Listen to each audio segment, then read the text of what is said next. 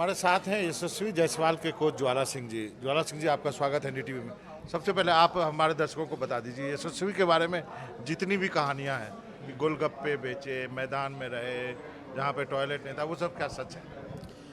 ज़रूर उसमें सच है, झूठ नहीं है उसमें, लेकिन ये सब बातें 2013 के पहले की हैं। जब वो भदोही से मुंबई आया था तो उसने 1.5 या 2 साल उस आज़ाद मैदान के टेंट में भी रहा है।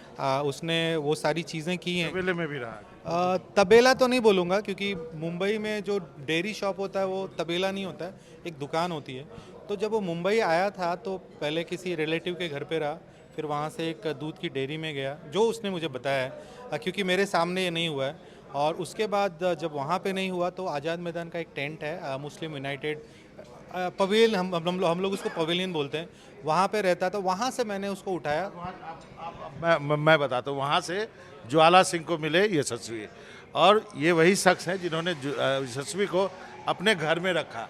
आप सोचिए, दिल्ली और मुंबई जैसे महानगर में कोई एक बच्चे को अपने घर में जगह देता है इस विश्वास के साथ कि मैं इसको इतना ट्रेनिंग दूंगा कि आगे चल के वो इंडिया खेलेगा।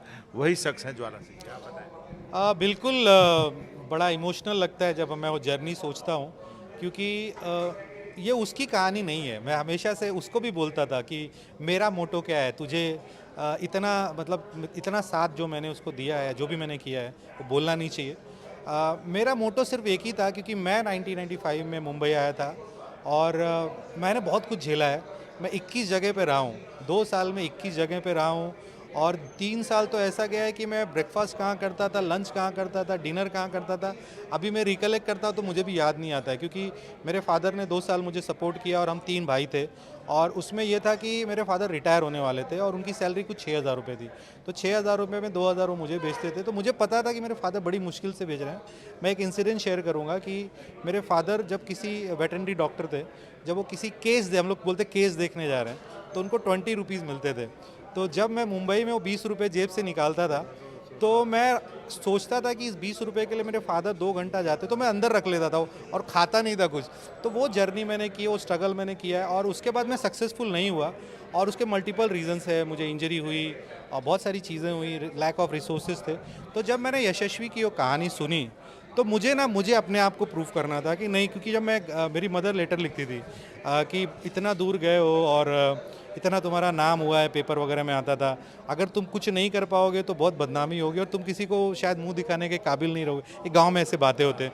तो मैं हमेशा मेरे दिमाग में घूमता था। तो जब मैं क्रिकेट में सक्सेसफुल नहीं हुआ तो ड्रीम मैंने कभी छोड़ा नहीं, और मैं ढूंढ रहा था कोई ऐसा लड़का, ऐसा टैलेंट।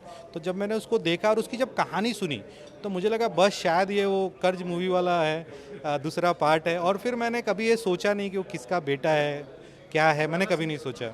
आज भी यशस्वी वैसा ही है क्या? अभी वो बड़ा हो गया है और मुझे लगता है वो बड़ा होने के बाद बहुत सारी चीज़ें बदल जाती हैं, तो वो बदलाव एक नेचुरल है, उसमें कोई चैंपियन ट्रॉफी नहीं खेल पाया, आपको कितना दुख हुआ? दुख तो नहीं बोलूँगा, क्योंकि अगर मैं क्रिकेटिंग लॉजिक देखूँ तो वो टीम में नहीं बैठता था, क्योंकि शुभमन गिल ने रन बनाया इंग्लैंड तो जब इंग्लैंड की टीम आई थी, और रोहित शर्मा अगर खेलेंगे तो ओपनर तो सुमन की जगह तो उसी की थी ना। अब ये बोलना बहुत डिफिकल्ट है। बोल सकते हैं, बहुत डिफिकल्ट है। डिप्लोमेटिक होने की जरूरत नहीं। क्योंकि मैं तो बोल सकता हूँ। आप बोल सकते हैं, लेकिन मुझे लगता है शुभमन गिल यशस्वी से सीनियर खिलाड़ी हैं और पहला मौका उनको मिलना चाहिए। सुमन को आपने बहुत चांस भी दिए हैं। बिल्कुल मिला है चांस, लेकिन अभी वो परफॉर्म भी कर रहे हैं, तो मैं हमेशा प्लेयर की इज्जत करता हूँ और रिस्पेक्ट करता हूँ। मुझे लगता है यशस्वी को थोड़ा और वेट करना पड़ेगा। मतलब वेट करना पड़ेगा जब तक रोहित रिटायर नहीं होते। बोल सकते हैं कि अगर अब शुभमन गिल तो खेलेंगे ही खेलेंगे, अब रोहित शर्मा जब तक खेलेंगे तब तक शायद दूसरा स्पॉट खाली नहीं होगा। तो अभी रोहित शर्मा जब तक खेलेंगे, मुझे लगता है कि कोई किसी और को, यशस्वी को क्यों, किसी और को चांस। T20 में भी इधर अभिषेक है और संजू है। नहीं, मुझे लगता है T20 में उसकी जगह बनती है, क्योंकि अभिषेक शर्मा यशस्वी के बाद आए और वो एक रेस्ट वर्ड यूज़ करके आए हैं। तो मुझे लगता है कि कहीं ना कहीं सिलेक्टर के ऊपर पूरा फेथ रखेंगे हम, और सिलेक्टर्स कुछ ना कुछ ज़रूर एडजस्टमेंट करेंगे और यशस्वी टीम में आएगा। मतलब एक सबसे बच्चा आता है और वो टेस्ट क्रिकेट में वो फिट बैठ जाता है, और वनडे और T20 में उसकी जगह नहीं बनती। देखिए, अभी तो सिलेक्टर का चॉइस है, वहाँ शरणदीप पाजी बैठे, हम उनसे भी पूछ सकते हैं। हम as a coach, as a player हमेशा अपना बेस्ट देने की कोशिश करते हैं, और कोशिश करते हैं कि हम इतना परफॉर्म करें कि जो टीम में है उसको बाहर कर दें। तो वो उसको करना पड़ेगा, उसको 700-800 रन का एक IPL सीज़न लगाना पड़ेगा बोर्ड पे। अगर वो लगाता है तो डेफिनेटली सिलेक्टर कुछ ना कुछ ज़रूर करेंगे और वो टीम में आएगा। ज्वाला सिंह जी, आप जब इन बच्चों को मिलते हैं या यशस्वी को ही मिलेंगे, इतना पैसा आने के बाद जो 4 लाख की घड़ी, 1 लाख का जूता, मैंने सोशल मीडिया पे सब कुछ है, इसमें बोलने की जरूरत नहीं है। Right. क्या समझाते हैं आप इनको या कुछ नहीं बोलते हैं? देखिए एक घर खरीद लो, गाड़ी खरीद लो, जो बेसिक चीज है, लेकिन ये क्या है? देखिए ये टाइम तो उतना ही दिखाएगा चाहे 20 लाख की घड़ी। बिल्कुल बिल्कुल। मैं तो पहले, अगर मैं मेरी लॉजिक बोलूं तो पहले तो इनको बोलता था तुम लोग सोशल मीडिया यूज़ ही मत करो, बट अब उसके बिना काम नहीं चलेगा और ना ही मेरी बात कोई मानने वाला है। तो पहला वो परिवर्तन हमने अपने अंदर लाया कि क्या बोलना है क्या नहीं बोलना है। हम और आप तो तेंदुलकर के युग के हैं ना। राइट। ना आप देखिए, अभी भी इस उम्र में भी अभी जो सीनियर लीग हो रहा था, छक्के मार रहे थे। देखिए डेडिकेशन है उस आदमी। देखिए तेंदुलकर जो है वो गॉड ऑफ क्रिकेट है और भगवान ना बहुत कुछ सेक्रीफाइस करके भगवान कहलाते हैं। वो सब लोग के बस की बात नहीं है। अगर भगवान आम इंसान की तरह रहने लगे तो भगवान नहीं होंगे। आपका जो पॉइंट था कि जो अपकमिंग बच्चे हैं, अब आईपीएल में इतना पैसा मिलता है तो कहीं ना कहीं दिमाग तो ज़रूर आपका यहाँ वहाँ जाता ही है, लेकिन मुझे लगता है कि आपको इंजॉय करना चाहिए, लेकिन सबसे पहले करियर। और दूसरी एक चीज़ मैं खुद ऐड करूँगा कि जो भी खिलाड़ी इंडिया के लिए खेलते हैं वो रोल मॉडल होते हैं। तो कहीं ना कहीं अगर वो कुछ इस तरह की चीज़ें करते भी हैं तो सोशल मीडिया पे नहीं आनी चाहिए, उनको प्राइवेटली करना चाहिए और उनको जो जिस चीज़ के लिए वो वहाँ पहुँचे उस पर ज़्यादा ध्यान देना चाहिए। आपकी प्रेडिक्शन क्या है इस आईपीएल के लिए, आरआर को छोड़कर? मुझे लगता है हैदराबाद, मुंबई इंडियंस और केकेआर में कोई एक टीम जीत सकती है। धोनी को भूल गए? धोनी को भूल नहीं गया, लेकिन लेडीज टीम है इसलिए। लेकिन धोनी की जो टीम है मुझे वो दिख नहीं रहा, उस पार्क नहीं दिख रहा है। और धोनी भी अपना एक एरा पार कर चुके हैं मुझे लगता है। हालांकि क्रिकेट में कुछ भी हो सकता है, लेकिन ये मेरी पर्सनल 3 चॉइस है। 18वां आईपीएल है, 18 नंबर को भी भूल गया। नहीं, 18 नंबर को नहीं भूला हूँ मैं, लेकिन 18 नंबर की जब मैं टीम देख रहा था तो मुझे वो कॉम्बिनेशन नहीं दिखलाया था। मैंने टीम कॉम्बिनेशन के हिसाब से बोला है, क्योंकि अगर आप एमआई देखो तो उनका जो कॉम्बिनेशन है ऑलमोस्ट सेम है।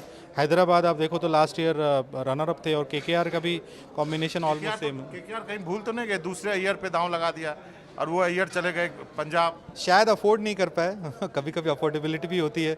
आज एक हद तक वो आगे गए लेकिन वो नहीं कर पाए, तो मुझे लगता है कि इट्स ओके। विराट ने एक बात कही है कि पत्नियों को अलाउ करो, परिवार वाले को अलाउ करो। आज ही कल में कही है कि मैं कमरे में अकेले सरना नहीं चाहता। विराट ने जो कहा वो कहीं मैंने जैसे बताया कि कुछ हद तक सही भी है, क्योंकि अगर आप बहुत लंबे लंबे दौरे करते हो, आपके बच्चे छोटे हैं, तो कहीं ना कहीं आप उनको मिस करते हो। और विराट एक ऐसी एज में पहुंच चुके हैं जहां पे परिवार की जो एक ज़रूरत होती है, आप जब 35 क्रॉस कर जाते हो तो कहीं ना कहीं आपको परिवार की याद ज़्यादा आती है। हालांकि यंग एज के लड़कों को शायद नहीं आती हो, तो मुझे लगता है कहीं ना कुछ वो सही भी हैं।